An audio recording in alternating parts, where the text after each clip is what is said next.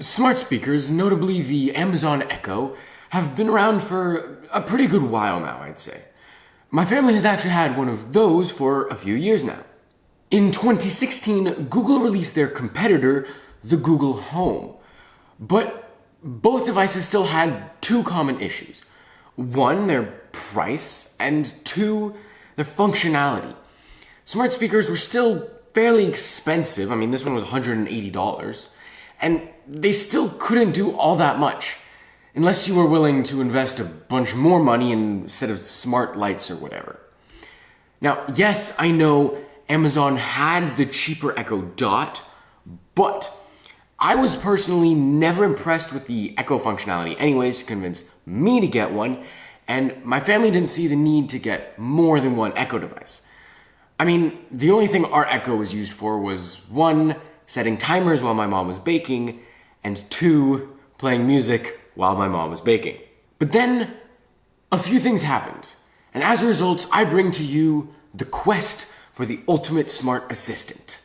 But what happened? Well, first of all, Google dropped the Home Mini. Now, I had always personally been more impressed with Google Assistant due to my use of an Android phone that had it, built into it, and seeing a cheaper home device was starting to tickle my fancy. But then Google announced the broadcast feature, so I bought 4 Home Minis. No, I'm kidding, that's not quite how it happened. When Google announced all this, I started trying to convince my parents that we should not only switch to Google Homes, but also get multiple of the Google Homes. But they were perfectly satisfied with their Echo and didn't really see my point, so they refused. So, when Google Home prices were slashed in half for Black Friday, I bought 2 minis and a Chromecast. Now, sadly, a lot of the functionality of the Chromecast in relation to the home devices wasn't quite available yet, so we'll leave that to the side for now. The Home Minis, though, were great. I put one of them in my bedroom, and I love it. The integration with the Google services I already use on a daily basis through my Android phone, like reminders, maps, calendars, was great. Shortcuts were useful, and the whole experience felt worth it to me, despite me not having any fancy lights or whatever, which was exactly my point in the beginning of this video. To top it all off, Google was much better at answering my questions than... To no one who's watching this, surprise. A+. But the connected functionality is really what sold my family, or at least my mom and sister. My dad was still stuck in the Amazon camp. Now, my mom loved the broadcast feature and still uses it daily. No more yelling across the house to call us to dinner, just one simple voice command.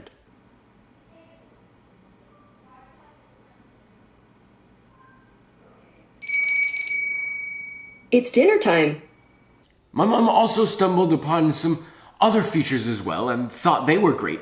Like when she asked how far someplace was and it actually opened in Google Maps on her phone.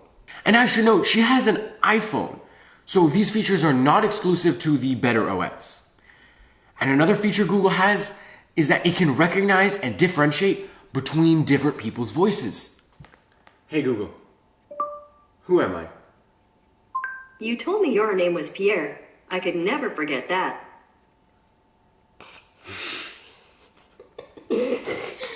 I could never forget that. Hey Google, what's my name? Your name is Courtney. Ooh, you're forgettable. Amazing. But there was one problem with this new haven of in-home communication. I was the only other person who had a Home Mini, so my mom could only broadcast to me. Pierre, tell your sister it's time for dinner. Now at this point, I had definitely convinced my family that these devices were useful, and they were clamoring for more.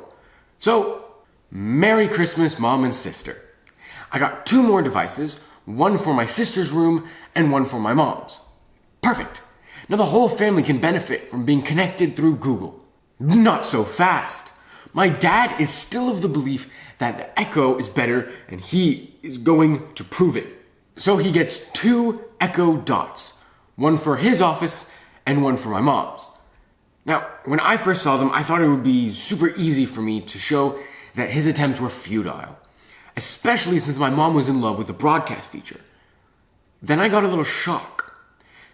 Echo has a new drop-in feature that I somehow didn't know about. So my dad in his office can drop in to my mom's office and have a conversation with her through their Echoes. Alexa, drop in Sharon's office. Hey, Pierre. Yeah? Did you finish your activity yet? Not like 10 more minutes. Okay, when you're finished, come to the kitchen, all right? Okay. Alexa, stop. That was my mom's one complaint about the broadcast feature, not being able to target a specific home mini, just having to do all of them at once. On top of that, Amazon also connects to our TVs through our TV provider, and we can use it to change channels and stuff. Alexa, turn to the History channel. Tune into history on. This is American Pickers. Now, unfortunately, since we don't have those Logitech hubs, that's about as far as that functionality gets.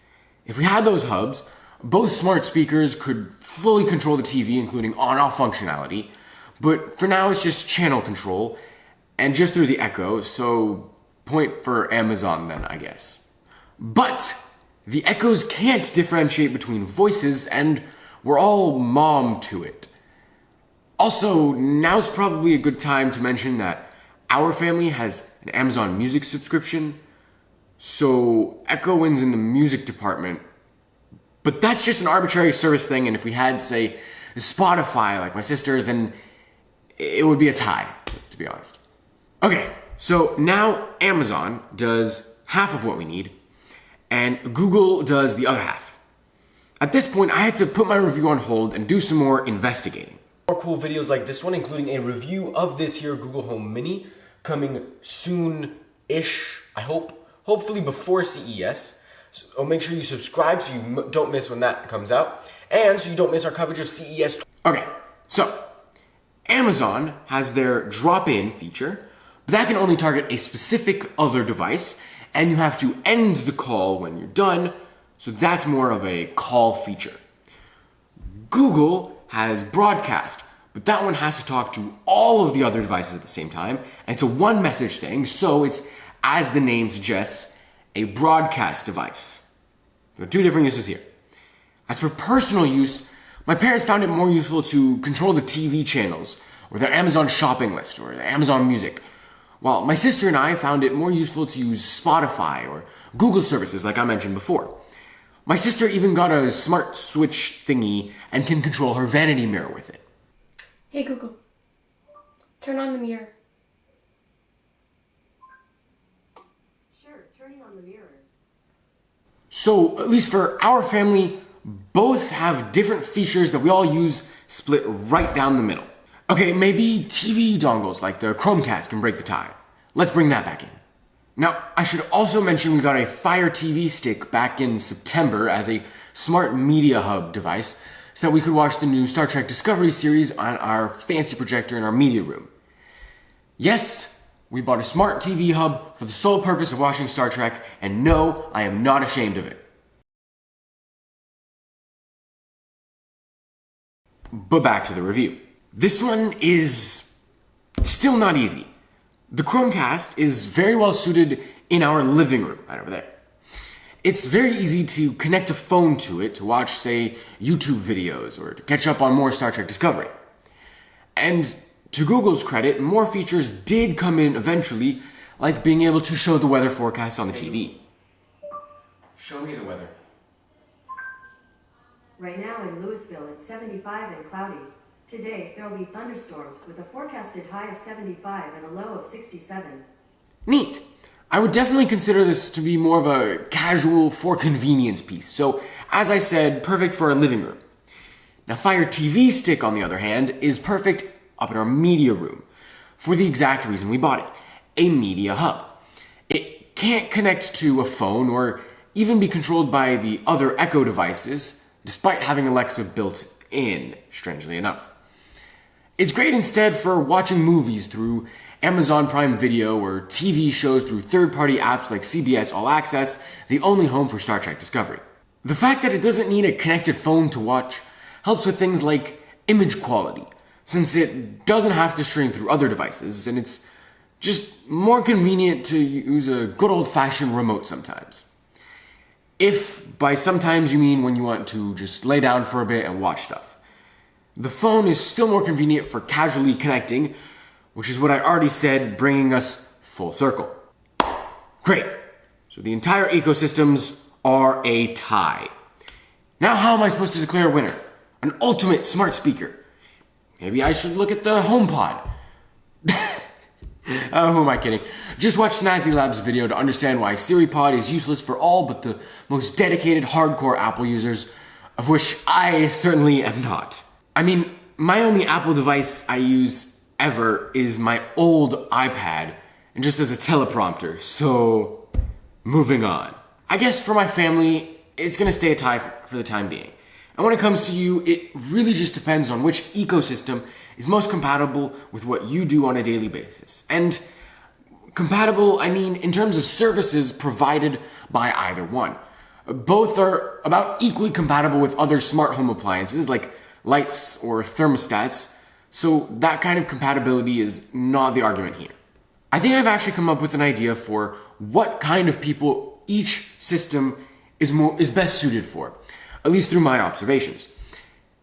Amazon is better for more hands-off people like my parents, who want to add new functionality to their homes through their voice.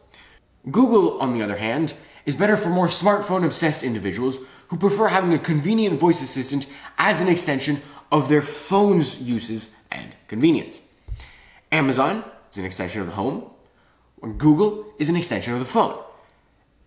And I pretty much just realized that I just said that Amazon is for older people and Google is for younger people. Sorry, Mom.